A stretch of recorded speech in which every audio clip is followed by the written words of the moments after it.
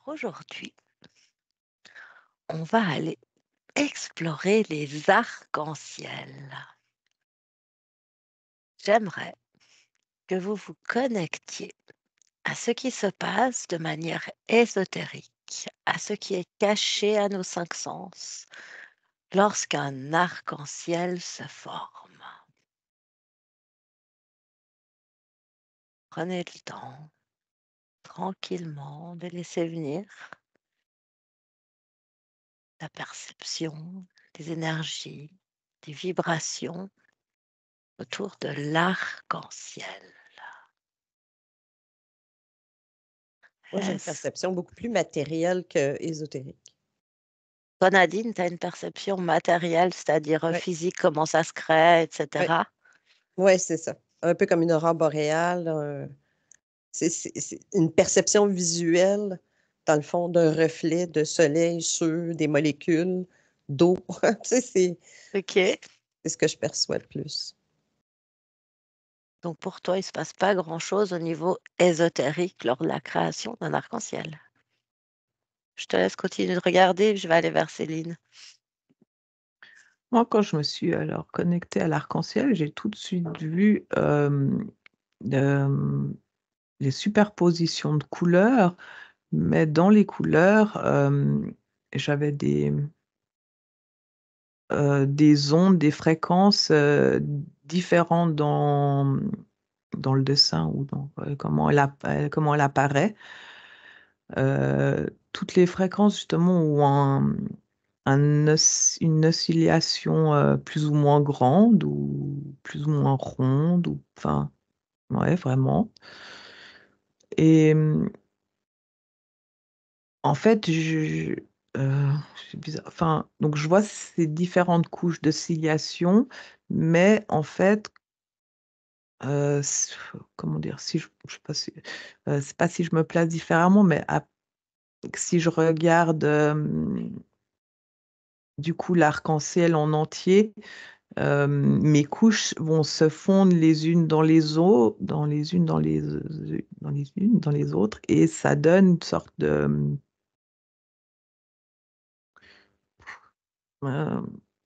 là, ça me montre une sorte d'autre, enfin, toutes les oscillations ensemble qui se sont fondues et confondues, ça me donne une oscillation de l'arc-en-ciel, la forme finie. OK. Est-ce que du coup, tu peux regarder cette vibration, s où est-ce qu'elle se propage? Et si elle se propage, où est-ce qu'elle se propage? Est-ce qu'il y a une propagation? Je te laisse regarder ça et je vais voir si Nadine Mmh. a quelque chose d'autre. Non, je l'ai regardé de vraiment de de dessus, de dessous, d'à côté, d'un quart d'arc-en-ciel, d'un complet. OK. C'est ça. Si nous, on perçoit dans le fond des formes, des couleurs surtout, c'est le spectre visuel, mais il y a d'autres couleurs qu'on perçoit pas. Donc pour toi, les couleurs qu'on voit, c'est celles qui font partie de nos spectres visuels, mais il y Oui, en a plus. oui, OK, il y en a plus. La diffraction fait qu'il y en a plus. très intéressant. Puis tu vois, je suis Alors, ramenée à un diamant. Tu sais, comme un diamant qu'on met au soleil? il brille là, Oui, avec puis qui fait des toutes ses arcs-en-ciel facettes. dans ta pièce, puis tu es comme: «Ouh!» Ben, si tu observes comme il faut, il y a vraiment d'autres un petit peu plus de bandes qui vont dans chercher d'autres fréquences.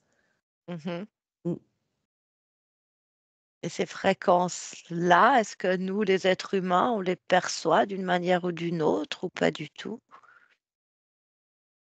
Je te laisse regarder, je On vais a une voir vers perception, oui. mais faible.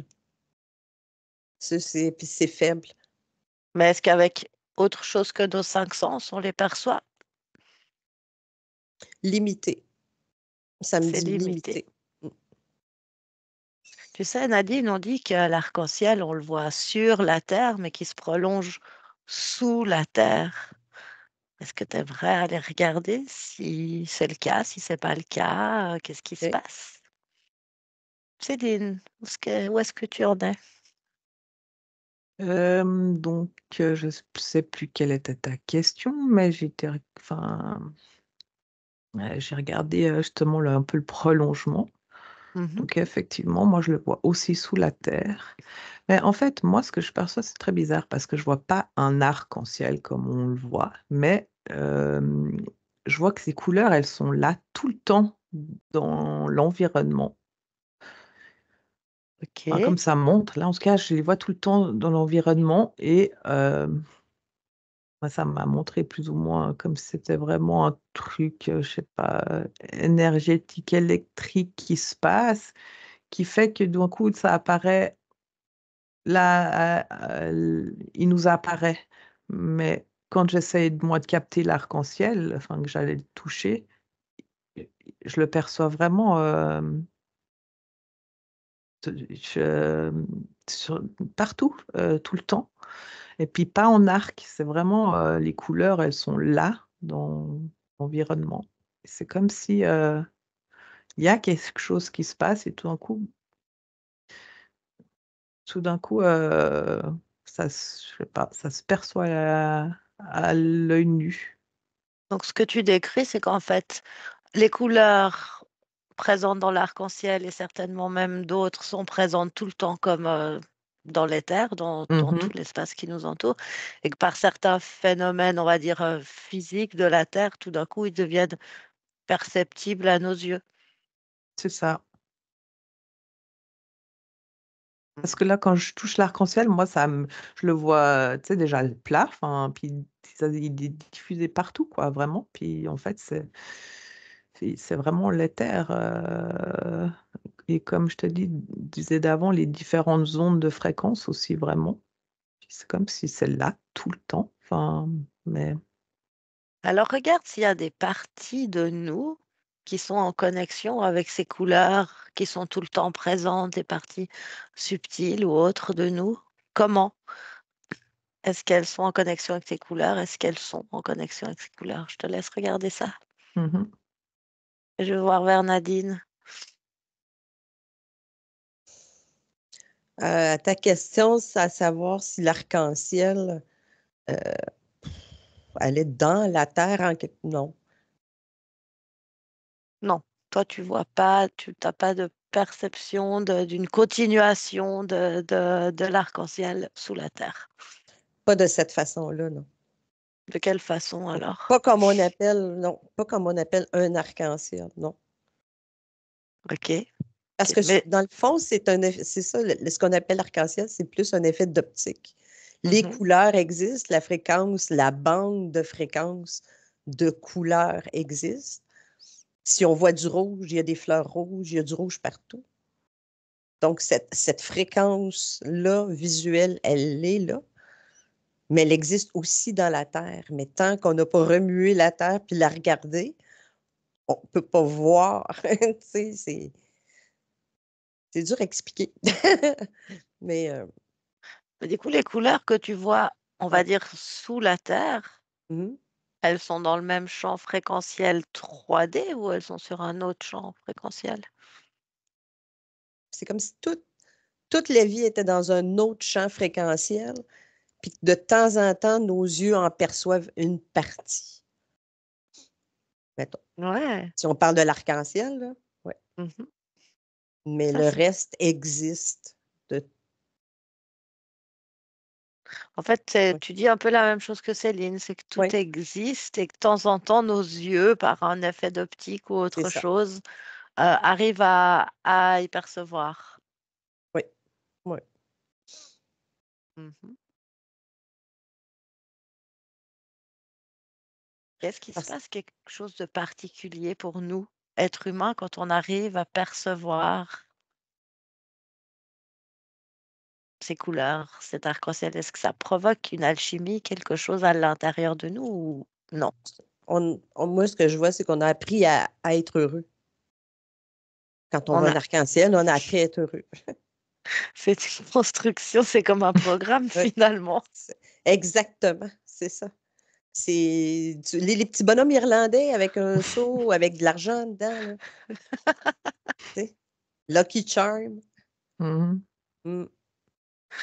Tu rejoins Nadine, Céline? Ouais, mais en tout cas, ça, c'est sûr que je ressens une sorte de programme dans le sens, moi, quand tu as dit programme, Nadine, ça m'a envoyé tous les, justement, arcs-en-ciel qu'on voit dans les cartoons, dans les films, dans les trucs, enfin, tu vois? Comment, la conception de l'arc-en-ciel, comment elle est, heu, conceptualisée et puis, vraiment programmée. Mais, moi, c'était tripant ce que je voyais avant parce que je ne sais plus non plus quelle était ta question. Mais, ah oui, non, je sais plus. Mais je voyais tous les êtres humains comme si on était une sorte de, les trucs, les prismes là, de Mhm, verre ou de cristal, tu sais, qu'on on joue justement avec, les couleurs là.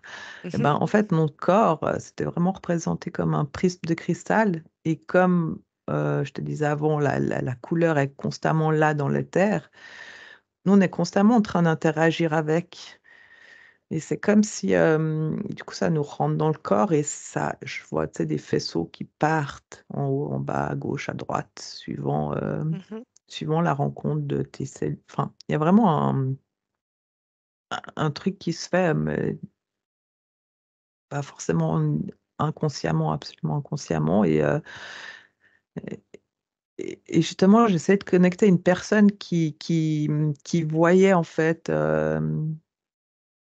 tout le prisme, constamment dans l'éther et du coup, en conscience, tu peux interagir vraiment avec ces couleurs et comme si,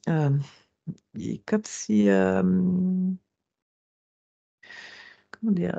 Il y avait un aspect de guérison dans cette personne parce je la voyais faire, tu sais, une sorte de mouvement, capter la lumière, tu sais, un peu le chi à la Mhm, chinoise là et orienter donc avec les mains, magnétisme, orienter justement les faisceaux là où voulait que ça rentre dans son corps, la couleur rouge dans le foie ou enfin, tu sais et qu'il y avait mhm. vraiment cette notion de danse en plus avec l'éther et de jouer avec la lumière qui, en fait, peut être guérison si vraiment, C'est très intéressant parce que j'allais te demander justement si c'était harmonieux. Du coup, tu réponds en tout cas que pour certains, oui. Est-ce que c'est quelque chose qui se fait pour tous les êtres humains de manière subtile ou est-ce que ça les marche êtres pour humains, certains et oui. pas pour d'autres? Les êtres humains, oui. Ouais, Donc, quelque part, on est tous, à tout moment de notre vie, en train de s'harmoniser ou d'être en harmonie avec ces couleurs mmh, qui font partie de l'éther. ça. Parce qu'en fait, je vois vraiment qu'on est cristallin, donc en fait, ça nous passe à travers, puis ça interagit, enfin, tu sais, puis il y a vraiment, un truc qui se fait, en interne Mhm, et que justement si, ben, tu peux mettre la conscience et puis vraiment l'intention, ben, là, tu vas pouvoir, faire quelque chose vraiment, tu vois, de plus grand et constructif. Mais autrement, de toute façon, on est en constante, relation avec ces fréquences et ces couleurs et je sens vraiment qu'il y a une résonance avec le corps et les cellules qui s'harmonisent, ça tourne, ouais, ça vit, je sais pas. c'est tout à fait intéressant. Alors, en relation avec ce que tu viens de dire, ces couleurs présentes dans l'éther qui peuvent s'harmoniser avec le corps, etc. Je vois bien qu'on revienne sur le programme arc-en-ciel. Pourquoi est-ce que cet arc-en-ciel doit nous rendre heureux? À quoi sert ce programme? Nadine, tu ris? Parce que j'ai revu Un petit farfadet roux. T'as vu un petit farfadet roux? C'est l'irlandais là, ouais, C'est peut-être. ça? Ouais. Mais de quoi ça nous déconnecte ou à quoi ça nous connecte? Ouais, je sais pas, j'arrive pas à répondre à ta question, mais quand tu as posé la question, je nous ai tous vu un peu l'humanité sous ce dôme d'arc-en-ciel, en fait, enfin, et du coup cloisonné, enfin, tu vois, mais du coup, ben, il y avait plein de couleurs, alors il y a un côté genre un peu sécurisant, ben, mais du coup, je sais pas, enfin, ça me faisait vraiment comme une cloche et l'humanité, on était sous cet arc-en-ciel, en train de regarder bêtement. Euh, ça répond pas vraiment à ta question, mais je sens une Si, si, notion de sous-cloche. Et c'est l'arc-en-ciel qui fait la cloche. si, ça répond bien à ma question. Puis quelque part, si je dis quelque chose du genre, bah, pendant qu'on est tous en train de regarder un stickers béatement avec un sourire bête, quelque part, on n'est pas conscient de toutes ces couleurs et de tous leurs bienfaits réels au niveau subtil. Ouais, ça résonne bien en tout cas le fait que... Parce que quand tu as dit ça, ça m'a comme mis... Enfin, ça m'a... Petit dessin cartoon, hein, justement, avec le petit Irlandais aussi de Nadine qui est là. Et du coup, c'est comme si ça avait créé une sorte de... je vois tous les êtres humains en train de regarder en l'air, là, c'est justement ces couleurs, et puis ça fait très écran, comme je vois les couleurs en plus. Enfin, là, ça montre vraiment comme un hologramme. Enfin, c'est très... Là, je vois que... Enfin, j'ai l'impression que c'est très fake. Et puis du coup, on est tous là à rire bêtement. Et quand tu as posé les questions, c'est comme si ça avait... je sais pas, ça nous a... C'était très... Ça nous a tous coupé la tête, en fait. Enfin, il y a eu un... Alors, alors, j'interprète ça comme si c'était une coupure de connexion des chakras du haut. Enfin, tu vois ce que je veux dire? Je sais pas. Ouais, ça parle bien. Ok. Oui, Nadine? Les couleurs de l'arc-en-ciel, pour ce que j'ai vu, c'est comme si c'était un souvenir qui est implanté vraiment très, très, très, très loin. Puis c'est des souvenirs des autres multidimensionnalités où les couleurs sont différentes, mais qui sont beaucoup plus vivantes, qui bougent, Hmm. qui scintillent, qui bougent. Il y a des couleurs qu'on ne connaît même pas ici. Puis c'est comme si, ici, à travers nos yeux, ça ramène ce souvenir-là. Le pont vers l'invisible, le pont vers quelque chose de meilleur, de, de plus subtil, de plus beau. Ça représente aussi, tu sais, après la mort, souvent, les gens voient un tunnel de lumière. Hmm. Euh, il y a une idée comme de passage à autre chose. C'est très joli. Cette idée de souvenir, comme de nous permettre de retrouver quelque chose. Mm. Est-ce que vous avez encore quelque chose qui vous vient concernant l'arc-en-ciel? Non, Nadine, c'est bon. Ouais. Céline? Ouais, non, pas vraiment, non, ça va. Ok, alors je vous propose de vous déconnecter de l'arc-en-ciel, de repousser les images qui sont venues.